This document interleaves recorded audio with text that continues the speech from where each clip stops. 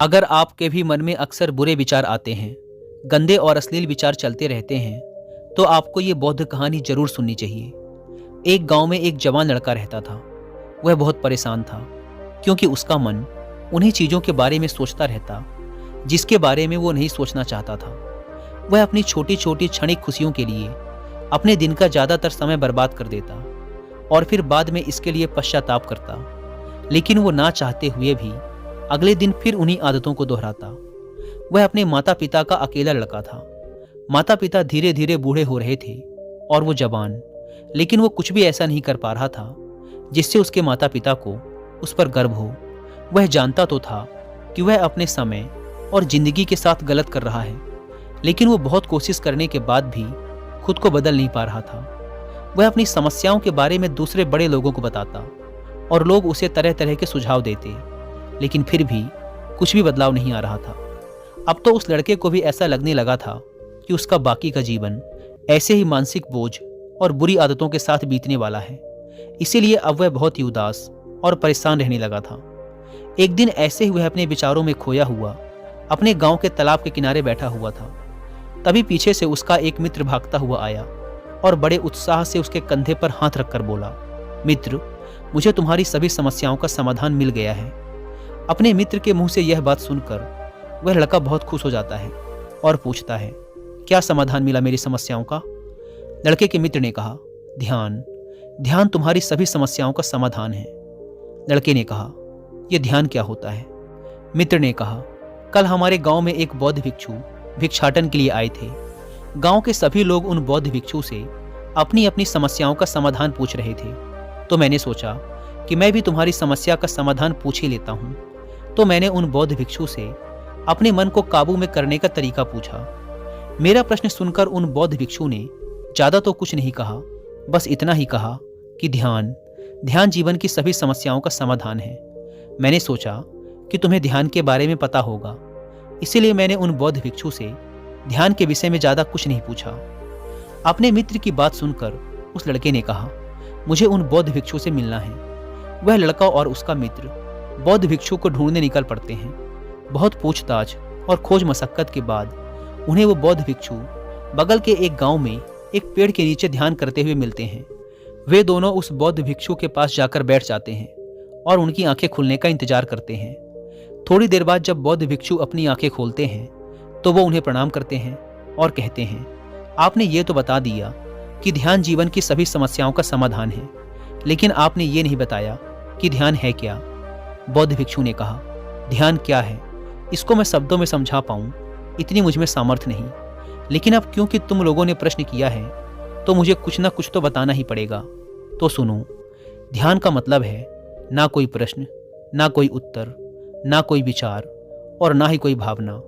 यह एक ऐसी स्थिति है जो हमारी वास्तविकता से हमारा परिचय करवाती है। इस स्थिति में पहुंचकर व्यक्ति के अंदर कोई भी प्रश्न, कोई भी उलझन शेष नहीं रह जाती, क्योंकि उसके सामने सब कुछ स्पष्ट हो जाता है। उसे इस जीवन की व्यर्थता का पूर्णतः आभास हो जाता है। लड़के ने पूछा, लेकिन ध्यान की ऐसी स्थिति को कैसे प्राप्त किया जा सकता है? बौद्ध भिक्षु ने कहा, ध्यान करना बहुत आसान है। क्या तुम्हें बैठना आता है? लड़के ने कहा, हाँ, मैं बैठ सकता हूँ। बौद्ध भिक्षु ने कहा, कितनी देर तक बैठ सकते हो? लड़के ने कहा, ऐसे तो कभी आजमाया नहीं, लेकिन जितनी देर तक चाहूँ उतनी देर तक बैठ सकता हूँ। बौद्ध भिक्षु ने कहा, रोज 1 घंटा आंख बंद करके सीधा बैठना है। लड़के ने पूछा, कब और कहाँ बैठना है? बौद्ध भिक्षु ने कहा, कभी भी और कहीं भी, बस जगह शांत और एकांत होनी चाहिए। लड़के ने फिर प्रश्न किया, मेरे मन के ये गंदे विचार और मेरी बुरी आदतें कितने दिन में छूट जाएंगी?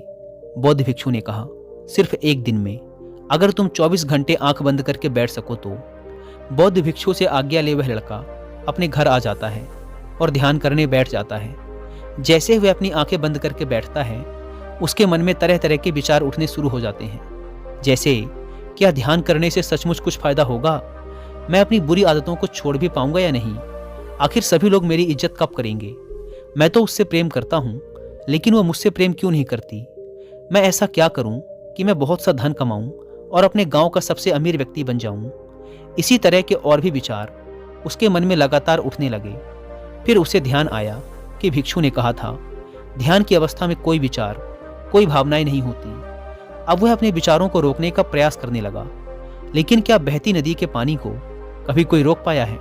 वह लड़का भी अपने विचारों को नहीं रोक पाता और आंखें खोलकर बैठ जाता है और सोचता है, अब तक के जीवन में बहुत से काम किए, लेकिन इतना मुश्किल काम कभी न किया था। और वो बौद्ध भिक्षु बोल रहे थे कि ध्यान करना बहुत ही आसान है। वैसे दोस्तों, अगर आप भी ध्यान या मेडिटेशन प्रैक्टिस करना चाहते हैं पर आपको पता नहीं कि उसे कैसे किया जाए, तो इसके लिए मैं आपको कुक एफएम पर एक ऑडियो बुक रिकमेंड करूंगा जिसका नाम है meditation and its practice by Swami Rama. ये ऑडियो बुक आपके लिए एक गाइड है जो स्टेप बाय स्टेप आपको मेडिटेशन के बारे में समझाती है। यह ऑडियो बुक आपको ध्यान का अभ्यास करने का एक एग्जैक्ट आइडिया देती है और साथ ही साथ मेडिटेशन की शुरुआत में आने वाले चैलेंजेस और उसके सॉल्यूशंस के बारे में भी बताती है। इसके अलावा कुक एफएम पर मेडिटेशन के ऊपर हिंदी में एक कोर्स भी है जो मुझे पर्सनली काफ़ी पसंद आया। उसका नाम है घर बैठे सीखो मेडिटेशन। आप चाहें तो इसे भी सुन सकते हैं। यह 11 दिनों का एक well organised complete meditation course है जो डेफिनेटली आपकी बहुत हेल्प करने वाला है। इन दोनों ऑडियो बुक्स के अलावा भी कुक एफएम पर 10,000 से ज़्यादा ऑडियो शोज अवेलेबल हैं जिन्हें आप अपनी मनपसंद लैंग्वेज में सुन सकते हैं। इन ऑडियो बुक्स और कोर्सेज को सुनते समय कुक एफएम के ऐड नोट्स फीचर का यूज़ करके आप इनकी इंपॉर्टेंट बातों के नोट्स जरूर बनाएं ताकि आपको ये ऑडियो शोज बार बार न सुनने पड़ें। और अगर आप रात में सोते समय इन ऑडियो शोज को सुनते हैं तो इस ऐप के स्लीप टाइमर फीचर का यूज़ जरूर करें ताकि यदि आप सुनते सुनते सो जाएं तो ये ऑडियो शोज खुद ही बंद हो जाएं।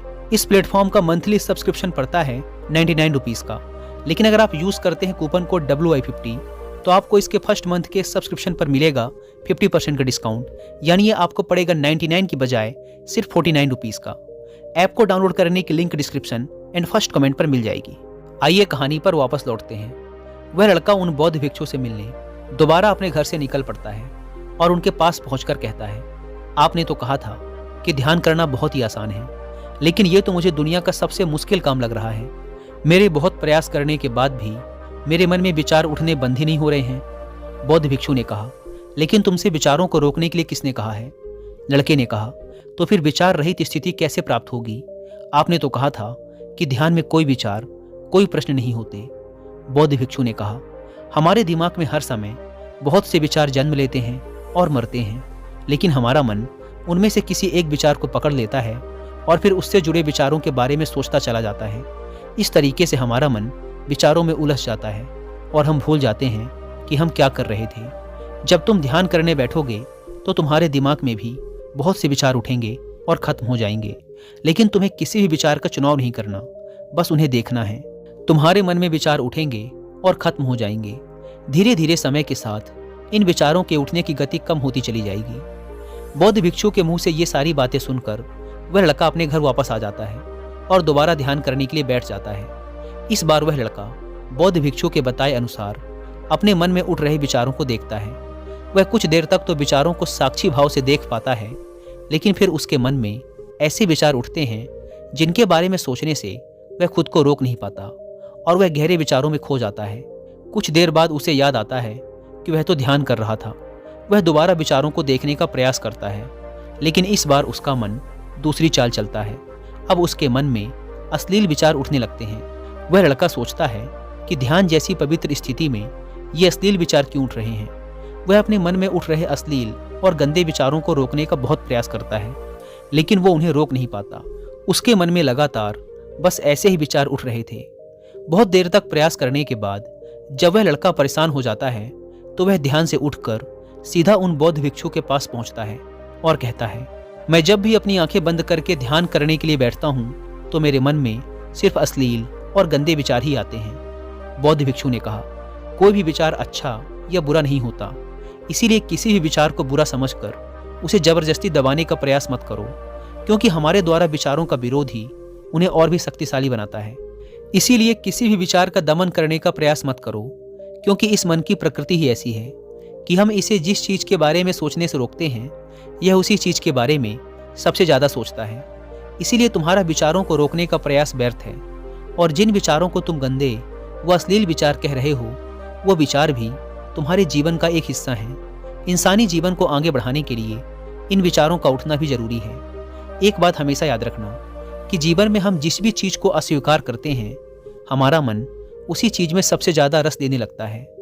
इसीलिए जीवन की किसी भी सच्चाई को नजरअंदाज करने का प्रयास मत करो। हर चीज को स्वीकारो, तभी तुम उससे मुक्त हो पाओगे। लेकिन इसका मतलब यह नहीं कि तुम हर समय काम वासना के विचारों में ही डूबे रहो। तुम्हें यह समझना होगा कि काम वासना हमारे जीवन का एक छोटा सा हिस्सा मात्र है, पूरा जीवन नहीं।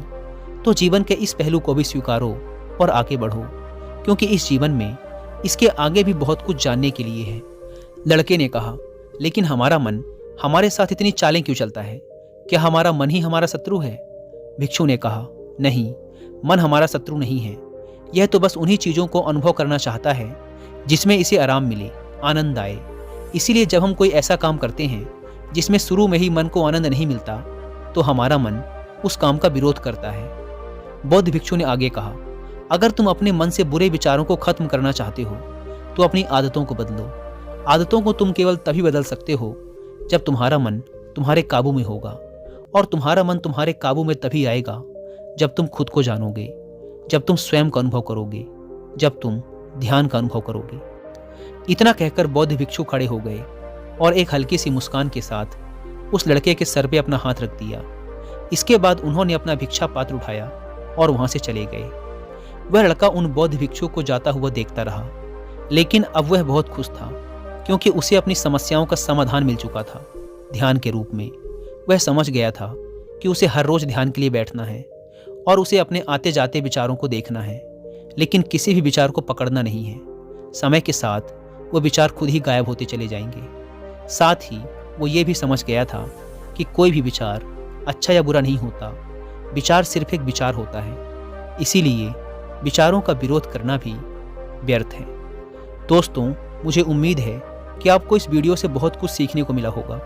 और जाने से पहले एक बार फिर याद दिला दूं कि कुकू FM पर meditation and its practice by Swami Rama audio book को और मेडिटेशन पर हिंदी में कोर्स जिसका नाम है घर बैठे सीखो मेडिटेशन को सुनना ना भूलें।